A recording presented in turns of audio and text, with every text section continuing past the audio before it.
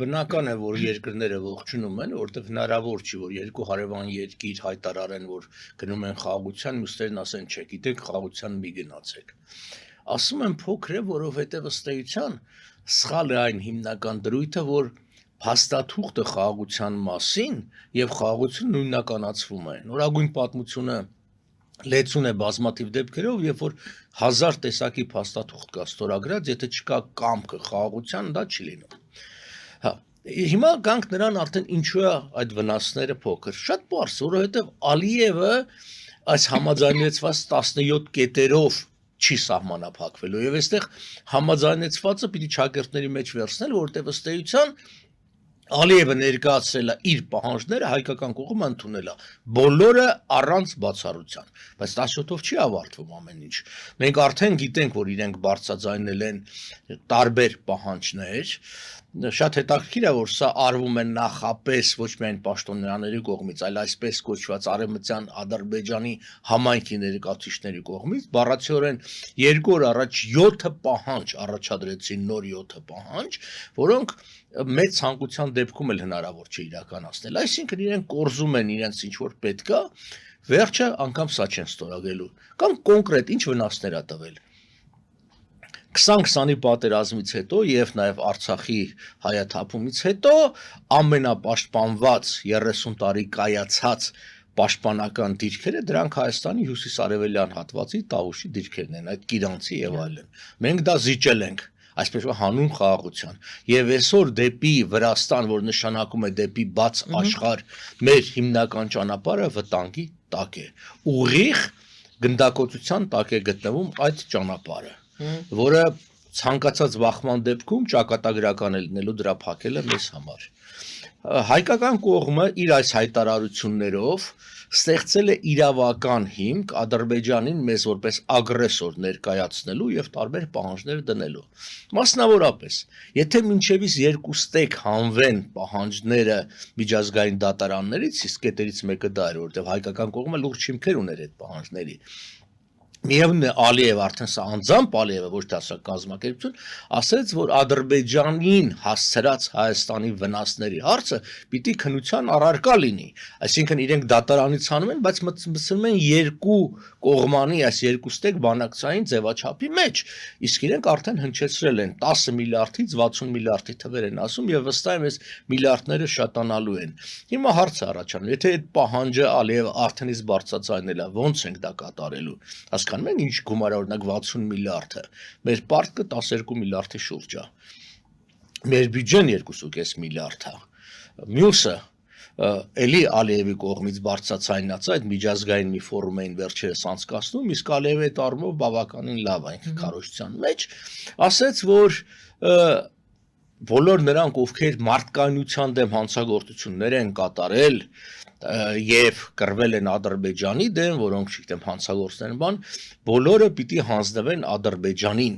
Ինքը անուններ էլ տվեց իհարկե, կարծեմ Քոչարյանի եւ Սարգսյանի անունները տվեց եւ այլն, շատ հետաքրքիր է որ Տեր-Պետրոսյանի անունը չտվեց, իսկ բուն պատերազմ ընթացել է Տեր-Պետրոսյանի ժամանակ։ Սա էլ ի պատասխան նրանց, որ Տեր-Պետրոսյանը ըստ էության կանգնեցնելով 94-ի պատերազմը, երբ որ մենք առանք այո հասնենք հենց Քուրիապ եւ փակենք արտահանման ճանապարհը, կասեցեց պատերազմ։ Իհարկե դա մենք գիտենք, որ Ռուսաստանի ճշմարտ տակարව է, բայց այնուհանդերձ Հայաստանի ռազմական հաղթանակի միակ ճանապարհը փակել Ադրբեջանի արտահանումները, այսինքն հիմնական աղբյուրը ֆինանսավորման զենք չեն ունենա։ Բայց դա մենք այդ պահը կորցրեցինք, արդեն անցավ գնաց։ Այսինքն այս վնասները արդեն կա որտեղ է եւ նաեւ լինելու են, որտեղ այս պահանջները անընդհատ առաջ են գնում Հայաստանը եւ սեփական ժողովրդի կողմից թերավատություն է սկսում մեծանալ այսպես կոչված պետականության նկատմամբ եւ մեր արտասահմանյան գործընկերները եւս հասկանում են որ դու ի վիճակի չես որևէ մի բան անելու եկեք հստակ խոսենք նայեք ասենք իրենք ասում են 300,000 ադրբեջանցի պիտի վերադառնա եւ պիտի ապահովեք իրենց անվտանգությունը եւ պիտի վնասի հատուցում տակ ինչի հայկական կողմը այս հարցը չի բարձրացնում հայկական կողմի համար դա ավելի հիմնավոր է հա հիմա շատերը կասեն դե հայերը չեն գնալու իսկով ասած որ ադրբեջանցիք գալիս են միջազգային իրավունքը գործում է մեծ մասամբ նախադեպերի վրա։ Վերցնենք նույն թուրք հունական բնակչության փոխանակում, այսինքն մենք էլ եւս այդ հարցը պիտի բարձրացնենք եւ այդ վնասի ատուցան գումարն ավելի մեծ եւ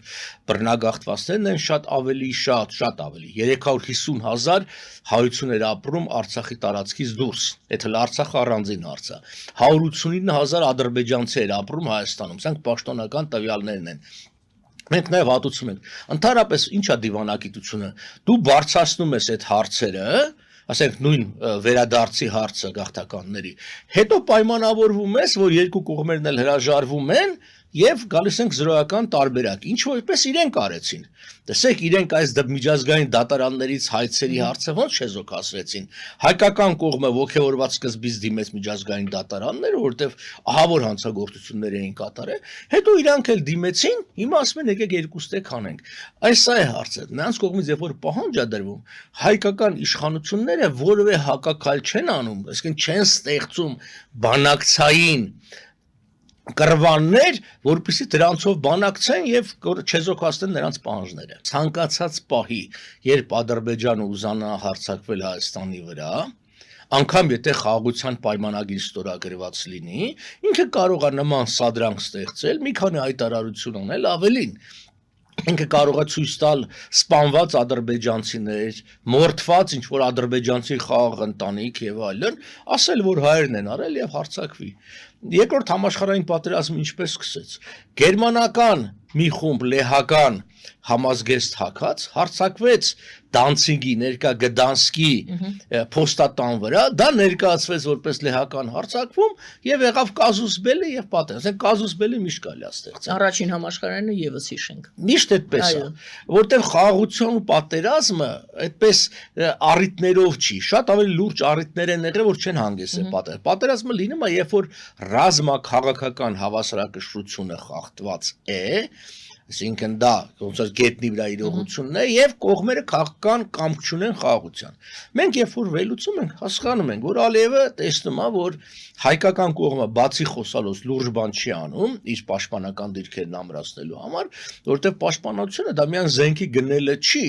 դա դաշնակցային հարաբերություններն են, ասենք լուրջ երկրների հետ, դա համակարգային տնտեսական փոփոխություններն են եւ այլն։ Այդ առումով չի արվում եւ հռետորաբանությունից էլ մենք հասկանում ենք, որ Ալիևը ցանկություն չունի։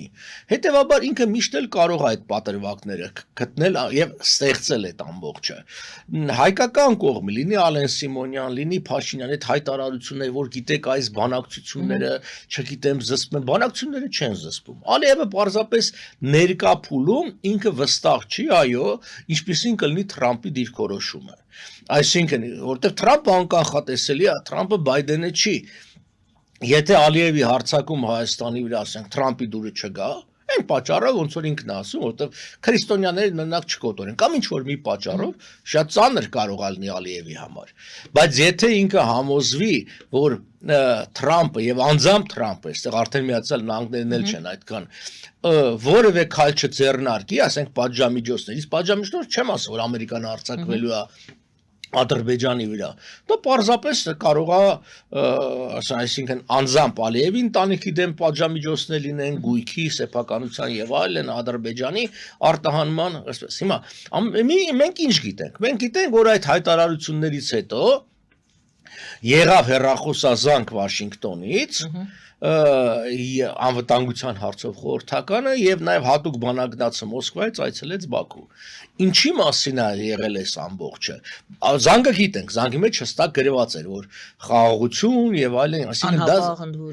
այո, դա այդ զանգը զսպել է Ադրբեջանին, Ադրբեջանը զսպել է։ Հիմա այցը մենք չգիտենք, այդ այցը ինչ էր։ Կարող է այցը շատ պրոհայկական է եղել, այսինքն գնացել են մոտ են թափ տվել, ասել են մենք գնում ենք խաղաղության ամբողջ աշխարհում, ասած համը չանեք, թողեք մենք ինչ ենք անում։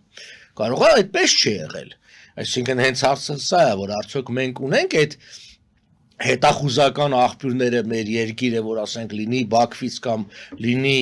չգիտեմ, Վաշինգտոնից, որտեվ առնվազն մի երկու տասնյակ մարդ գիտի ինչա տեղի ունեցել այդ իմանալ ինչ էր, ինչ խոսակցություն էր, որի վրա էլ խարսխենք մեր ապագա քաղաքականությունը։ Մեզ մոտ ես այդ բանը չեմ նկատում։ Դրա համար էսպես է, անկախ ամեն ինչից, թե ով ինչ խոսում է, դրանք լավ է։ ես չեմ տեսնում հայկական իշխանությունների կողմից, հատկապես տնտեսական ոլորտում այնպիսի քայլեր, որոնք հանգեցնեն, ինչ ասեմ, տնտեսության զարգացման ընդհակառակը, այս հարկային նոր համակարգերը, չգիտեմ, նոր տուրքերը, բաները ստիպում են մարդկանց, որպեսզի Եվ փակվում է համատարած, այսինքն բիզնեսներ, ել չեմ խոսում, որ այդ կոռուպցիա ու կաշառակերություն կոչեցյալը բոլորովին էլ չի կրճատվել, մի բան էլ ավելացել է։ Հետևաբար Ալիևը շատ լավ ամբողջին նամա, ինքը պահի է սպասում։ Մեծ առումով Ադրբեջանին եւ Թուրքիային պետք է Հայաստանի պետականության ոչնչացումը, բազմաթիվ անգամներ ենք ասել։ Կարող է դա անել, թե չի կարող է, ուրիշ հարց է։ Դե մեզ էլ պետք է մեր պետությունը պահելը, ուրեմն մենք պիտի առնվազն կարողանանք ստեղծել, նորից եմ կրկնում, դաշնակցային հարաբերություններ։ Բերեք մի օրինակով խոսենք, տեսեք, հիմա Հայաստանի համար հնարավորություն է զարգանում, զուտ հնարավորություն կօգտվենք, թե ոչ, բայց որը առնվազն 3-4 տարի կտևի, մինչև այդ հնարավորությունը իրականություն դառնա։ Հնարավորություն նկատի ունեք Եվրամիություն։ Ես նկատի ունեմ Եվրոմիության կամ եվրոպական երկրների կողմից անվտանգային եւ պաշտպանական նոր համակարգի ստեղծումը, որից դուրս է դրվելու, որի մեջ չի լինելու Թուրքիան, բայց եթե Հայաստանն ու Վրաստանը համատեղ աշխատեն եւ ներկայացնեն իրենց կարեւորությունը եւ այլն, եւ արժեքային հիմքի վրա եւ իսկապես ցույց տան, որ Հայաստանը ժողովրդավար երկիր է, ոչ թե ասես կեղծ ժողովրդավարություն, այո, մենք կարող է հայտնվենք այդ համակարգի մեջ։ Նման համակարգը մեզ համար կենսական կարեւորություն ունի, որովհետեւ մենք եկեք իրականության նայենք, այո, զորացնենք բանակը միևնույնն է, շատ պետք է անկախ էլ կրկին ամեն ինչից, բայց մեր կարողությունները բավարար չեն առանց դաշնակիցների դիմակայելու այն բոլոր լուրջ վտանգներին ու մարտահրավերներին։ Իդեպ դա անում են անգամ ամենամեծ երկրները, եթե նկատում եք, անգամ Միացյալ Նահանգները, որոնք գնում էին ինչ-որ մի երկիր գործողություն անելու, միևնույնն է իրենք փորձում էին ստեղծել, ինչպես իրենք են ասում, coalition of will, այսինքն կամքի կոալիցիա, համախումբ, եւ այդ դրոշի տակ էին անում։ Հիմա քանի որ չի ստացվում անգամ ՆԱՏՕ-ի եվրոպական թևի առանձին քաղաքականություն Ուկրաինայի հարցում, մենք տեսնում ենք, որ Ֆրանսիան եւ Բրիտանիան հանդես են գալիս հենց Եվրոպական եւ ՆԱՏՕ-ի անդամ երկրներից, իրանք այդ տերմինն էլ օգտագործել են coalition of will-ի ստեղծում, որը կկանգնի Ուկրաինայի թիկունքին։